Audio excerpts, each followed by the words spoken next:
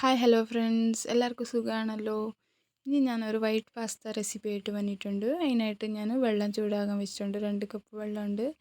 അതിലേക്ക് കുറച്ച് ഉപ്പും 2 സ്പൂണ് എണ്ണ കൂട്ടിയിട്ട് പാസ്ത കൂട്ടിയിട്ട് ഒന്ന് വേവിച്ചെടുക്കുന്നുണ്ട്.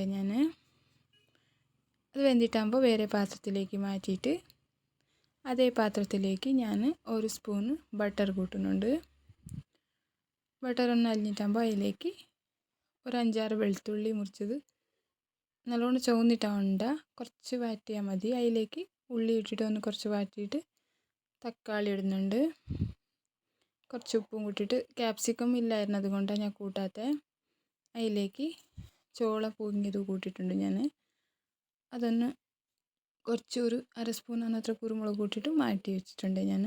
അതായിട്ടാകുമ്പോൾ ഇതിലേക്ക് വൈറ്റ് സോസ് ആക്കണ്ടേ.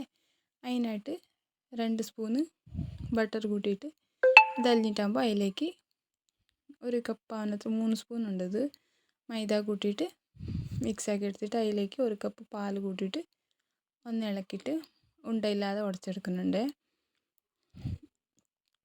കുറച്ച് ഉണ്ടയില്ലാതെ നല്ലോണം ഉടച്ചെടുക്കണം. അതിലേക്ക് ഞാൻ കുറച്ച് ഉപ്പ് കൂട്ടുന്നുണ്ട്. പിന്നെ 1/2 സ്പൂൺ ആവുന്നത്ര പെപ്പർ പൗഡർ, പിന്നെ ചില്ലി ഫ്ലേക്സ് കൂട്ടിയിട്ടുണ്ട് പകുതി സ്പൂൺ ആവുന്നത്ര. അത് അലിഞ്ഞ് കിട്ടിയിട്ടാകുമ്പോൾ അതിലേക്ക് 1 സ്ലൈസ് ചീസ് കൂട്ടിയിട്ടുണ്ട്.